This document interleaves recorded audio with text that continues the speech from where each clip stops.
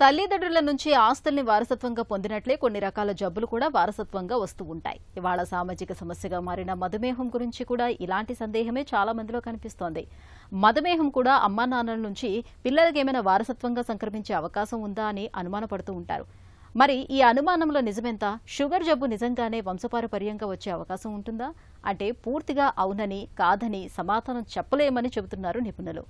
మధుమేహం వంశపారపర్యత గురించి డాక్టర్ ఏం చెబుతున్నారో ఇప్పుడు విందాం.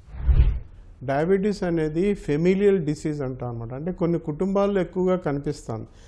ఎందుకు కొన్ని కుటుంబాల్లో ఎక్కువగా కనిపిస్తున్న విషయంలో మనకి ఇప్పటివరకు అవగాహన లేదు.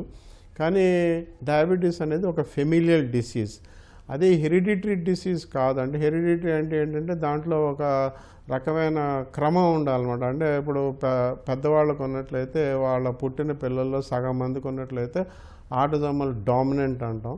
ఒక పావు భాగం మంది అంటే 20% మందికి ఉన్నట్లయితే ఆటోజోమల్ రెసెసివ్ అంటాం.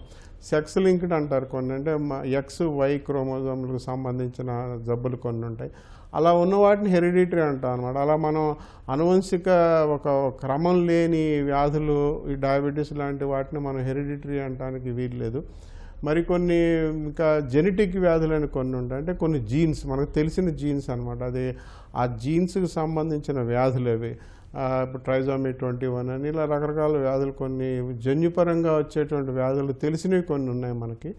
ఇలా డయాబెటీస్లో ఒక రకం జీను, ఏ రకం జీను తప్పు ఉంది, ఏ జీను లేదా ఒక జీన్ సమూహాలు, అంటే ఇప్పుడు లావుగలు శరీరం బరువు పెంచేటువంటి జీన్సా, లేదా రక్తంలో గ్లూకోజ్ పెంచే జీన్సా, లేదా మనం తీసుకున్నటువంటి ఆహారం జీర్ణం కాకుండా రక్తంలోనే ఎక్కువగా నిలవ ఉండిపోయేటటువంటి జీన్సా, లివర్ జీన్సా, ఇలా ఎన్నో రకాల పరిశోధనలు, దీని గురించిన పరిశోధనలు కొన్ని సంవత్సరాలుగా నడుస్తున్నాయి అన్నమాట. ప్రపంచం మొత్తం అన్ని దేశాల్లోనూ, మన దేశంలో కూడా జన్యు సంబంధమైన పరిశోధనలు ఎన్నో జరిగాయి. కానీ ఇప్పటివరకు డయాబెటీస్కి సంబంధించి ఒక జన్యువును కానీ కొన్ని జన్యువులను కానీ మనం గుర్తించలేకపోయాం. కాబట్టి ఇది జెనెటిక్ డిసీజ్ అని కూడా అన్నాం.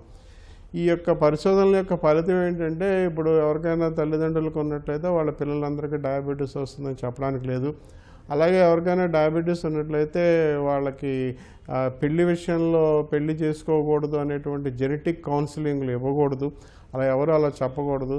అలాగే ఎవరైనా మరి ఆడపిల్లలు ముఖ్యంగా చిన్న వయసులోనే డయాబెటీస్ వచ్చిన వాళ్ళు ఉన్నట్లయితే వాళ్ళకి పెళ్లి చేసుకోవడానికి వీల్లేదని చెప్పి అనవసరమైనటువంటి కొన్ని అపవాదులు ఉన్నాయన్నమాట. ఆడవాళ్ళైనా మగవాళ్ళైనా కూడా ఏ వయసులో ఉన్నా డయాబెటీస్ వచ్చినట్టయితే వాళ్ళు పెళ్లి చేసుకోవచ్చు, వాళ్ళ పిల్లల్ని కనొచ్చు, అంతా కూడా సామాన్యంగానే ఉంటుంది. దీంట్లో ఎటువంటి నష్టం జరగదు. కాబట్టి ఇది జెనెటిక్ జబ్బు కాదు, హెరిడిటరీ జబ్బు కాదు అనే విషయాన్ని అందరూ గుర్తించాలి.